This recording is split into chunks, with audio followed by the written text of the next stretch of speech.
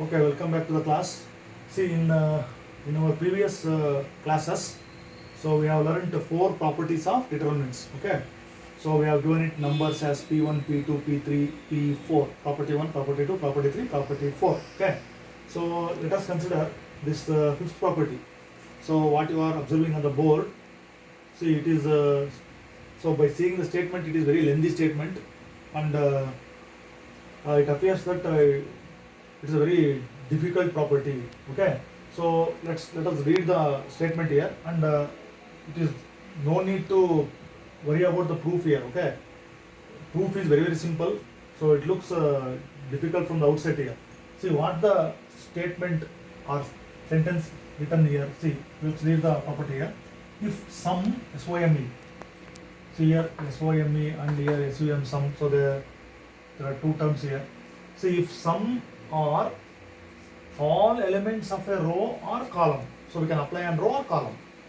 So sum or all elements of a row or column of a determinant are expressed as a sum of two or more terms,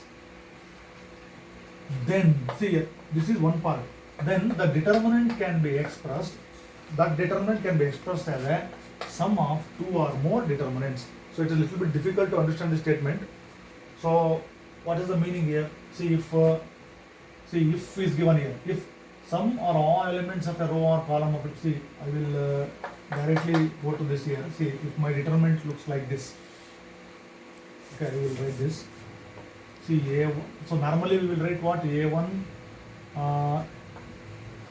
so we will write like this, B1, B2. So in our previous properties, we have written like this. Okay, so in this way we have written this, all the determinants, and expanded the determinant here. See here, sum or all the elements of a row or column of a determinant are expressed as a sum of two or more terms. You can read up to this here. See, if I consider, see first row, I will take first row.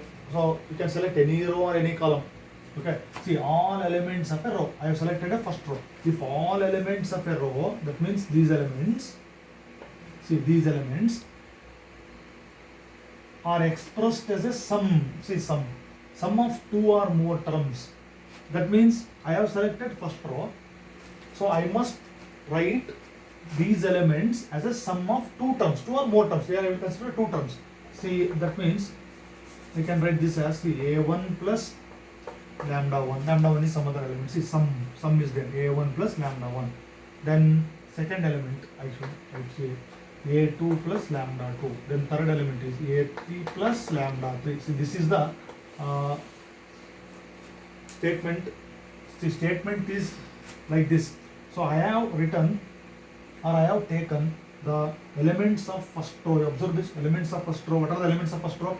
A1 plus lambda 1, A2 plus lambda 2, A3 plus lambda 3. That means elements of first row have been written or expressed as a sum of two terms. See, sum of two terms. If the determinant looks like this, then how can we write this determinant? That is the theorem here, or the property. Okay, this determinant can be written as sum of two or more determinants. See here, two terms are there in the first row. That means this determinant can be written as a sum of two determinants, because here two terms are there. See, I will write this as, okay, this can be written as, so how many determinants I should get on the right hand side? I should get two determinants, sum of two determinants. So how can I write this? So one determinant plus another determinant. Okay. Okay, I will write this here. See, then the determinant can be expressed as a sum of two or more determinants. So I will write here only, so that statement will be present on the board here. Okay, I will write one determinant here. See, sum of this plus I will write another determinant. That is the statement here. Try to understand the statement here. So not the proof here. Okay, determinant is looking like this. This can be written as sum of two determinants. See, if I would have another term here, say plus x1, then three terms present. So on the right hand side, I must write sum of three determinants. So here, how many terms are there? Two terms are there. On the right hand side, I should get two determinants. So the property is like that.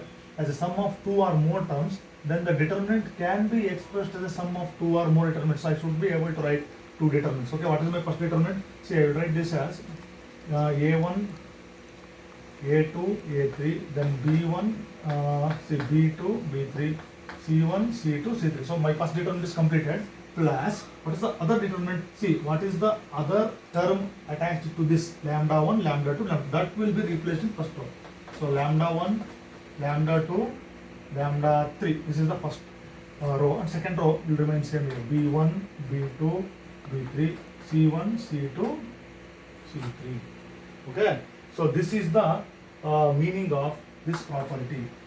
So how can we prove this property? So we can consider this determinant, and you expand along first row, then easily we can see that right hand side will get the those two determinants. Okay, so once again let me repeat the statement. What is the statement here? If the determinant contains, see, sum of two or more terms in any rows or columns, like this, here first row is a sum of two terms, then this determinant can be written as a sum of two determinants. So how can we write as sum of two determinants? So you attach these elements in the first row, then another determinant, so you attach the remaining terms lambda 1, lambda 2, lambda 3 in the first row, then these two rows will be same, b1, b2, b3, c1, c2, c3. Okay, so this is the meaning of the fifth property. So we can verify it by taking an example. So try to understand this. Okay, let me take an example here. So for this fifth property, okay, example for this fifth property is, so consider here, see, I will write on example here. So consider, so I will write the determinant here. See, A, B, C in the first row, then A plus see 2x, B plus 2y, C plus 2z, then this is x, y, z. See, observe here. So I have considered one determinant. See, observe determinant is like this: A, B, C, A plus 2x, B plus 2y, C plus 2z, x, y, z. Okay. Just we have written the statement of the property. Okay. See, observe here. How can I express this matrix? See here. This is the property here. Here I have considered the first row. See here. First row is a sum of two terms. Here what are we observing here? See, second row is a sum of two terms: a plus 2x, two terms; b plus 2y, two terms; c plus 2z, two terms. That means I should be able to write this determinant as a sum of two determinants again. Okay, how can I write this? See here, I will write here, this is equal to, okay, so I should be able to write this as a sum of c plus two determinants. So what should be our elements inside the determinant here? See, so I should write this A, B, C. This as it is first row. See, second row. This is A, B, C. Then you write the third row here X, Y, Z. Then see second row. Sum of two determinants. So it will be what? A, B, C, C here. Second term is 2x, 2y and 2z. So I will write that as 2x, 2y, 2z. Then x, y, z. Okay. So 2x, 2y, 2z, here the term is here 2x, 2y, 2z. So that I have written there. So next what we should do here? See here first row and second row. So here R1 is equal to R2. So here in a determinant, two rows, the first row and second row are equal. So by the property, what will be the value here? As we discussed earlier in our properties, the value of this determinant is 0. Okay, I will write plus as it is. So let us take up this. See here, in the second row, I have 2x, 2y, 2z. So I can take 2 common. So 2 times. So then I write the determinant here. So A, B, C as it is. So I have taken 2 common here. So you get x, y, z. So I will write third row x, y, z. Okay, 0 plus c 2 times. So here also we are observing that, see, second row and third row, they are equal. So by the property, value of this determinant will be what? 0. Then 0 plus 0. So whole thing will be 0. So what is the value of this determinant? Value of this determinant is value of this determinant is what? 0. So see here, we have not expanded this. Simply we have used the property previous property, and we have shown that the value is 0. It is the application of the fifth property which I told in this class.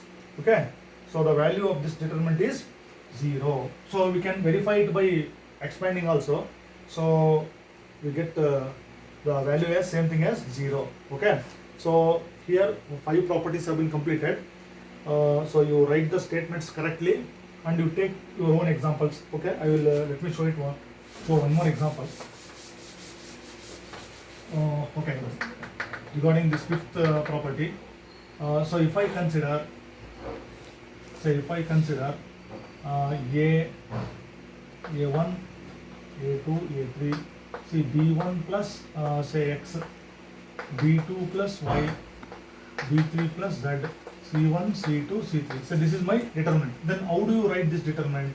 See, this determinant can be written as a sum of two determinant because here it contains sum of two terms. So how can I write this? C plus this one. So this you can copy A1, A2, A3. See here, B1, B2, B3, then C1, C2, C3 plus. What is the determinant here? See A1, okay, A1, A2, A3. See here, then I can choose this X, Y, Z, then C1, C2, C3. See, sum of, I have written as a sum of two determinants. Okay, so if I write another term, say, then it will be sum of three determinants. So maximum we can consider two terms only. Okay, that's why we have considered two terms here. So I can write as a sum of two determinants. This is all about the fifth property. Okay, so let us consider some more properties. One or two properties are remaining here in the next class.